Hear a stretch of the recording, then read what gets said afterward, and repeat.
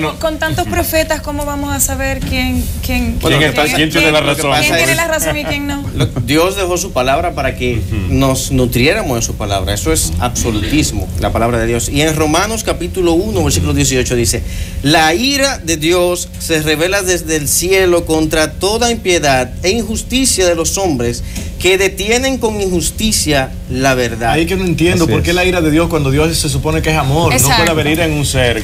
Pero bueno, explicar eso de ira de Dios, yo quisiera porque saber. él se confunde. La ira de Dios no es más que la consecuencia normal del pecado. Es decir, Dios no está irado porque Dios aborrece el pecado pero ama al pecador. Pero la ira de Dios no es más que Ahora, algo. ¿dónde la Biblia dice que ama al pecador? Bueno, ¿Dónde dice la Biblia? La Biblia dice que Dios ama Dígame al la pecador. cita bíblica, porque en Romanos 1 dice que la ira de Dios está encima del pecado. Pero Sin si el embargo, pecado Juan es parte del 3:16 mundo. Juan 3:16 dice: porque de tal manera amó Dios al mundo Sí, pero que dio el a su mundo único no hijo. es pecador.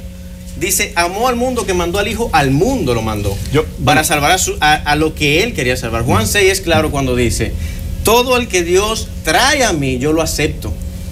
Pero él no vino a un amor promiscuo donde amará al mundo entero. No es esa promiscuidad. Yo quiero darle un Dios chance. ama al mundo y al Perfecto. pecador, no importa lo que esté haciendo. La muerte de Cristo fue suficiente para que el mundo entero se salve. Ahora bien, No, pues dice el entonces- texto, para que entonces todo no hay que aquel que en hacer él nada. crea no se pierda, Eso mas tenga vida eterna. Está muy bien este debate, pero yo quiero darle un chance a Vladimir Peña, que quiero aclarar que es de la así. Sociedad Dominicana de Astronomía, no astrología, como dijo ahorita. Vladimir, cuando tú oyes un conflicto como este, que se está dando entre dos gente que creen básicamente lo mismo, ¿a qué conclusión tú llegas? Lo que pasa es que la mitología cristiana se ha diversificado mucho. Entonces, al diversificarse mucho, se han creado diferencias marcadas entre las creencias de un grupo de cristianos y otro grupo de cristianos. Ok. Como son mitologías y están basadas en un texto antiguo escrito por criadores de cabra de un monte del Medio Oriente, traducido 1 millón de veces, perdidos los libros, reencontrados, reescritos, copiados antes de que se inventara la imprenta. Entonces cada grupo interpreta las cosas de forma diferente. Cuando las cosas se vuelven tan diferentes que son incompatibles entre sí, entonces comienzan los conflictos entre los grupos de los mismos cristianos. Y eso pasa en muchas religiones, pasa prácticamente en todas las religiones. Son muy pocas las religiones que se mantienen cohesionadas en un solo grupo. De hecho, de las que menos dividida está es el islamismo, y aún así hay 2 o 3 divisiones del islamismo que son muy radicalmente diferentes unas con otras.